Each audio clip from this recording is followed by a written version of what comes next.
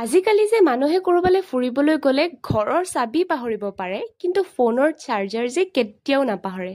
আৰু ফোনৰ বেটাৰী ফুল মানে এনাৰ্জিও ফুল বতৰটো দেখিছেনে ইমান যে ধুনীয়া কৰি দিছে ফুৰিবলৈ কিন্তু মই অকলে অহা নাই দেই এইয়া আমাৰ বেইডু আৰু এইয়া ইভু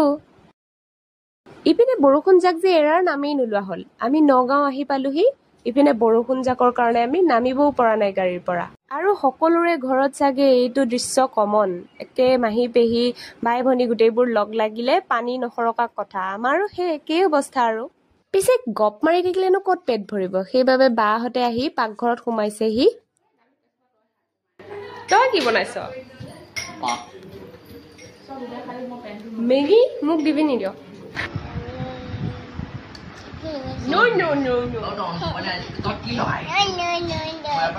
তাৰ পাছত আৰু ভাত হৈ গ'ল আৰু সৰুখিনিক আগে ভাত বাঢ়ি দিছে আৰু এইপিনে আমাৰ মাংস চুৰটো চাওকচোন সি মোৰ কাঁহীৰ পৰা মাংস খাবলৈ আহিছিলে তাৰপিছত মাহঁতেও খাই ল'লে আৰু ৰাতি 2-3 বজালে কথা পাতি পাতি শুবলৈ একেলগে চবেই ঢালাই কৰি লৈছে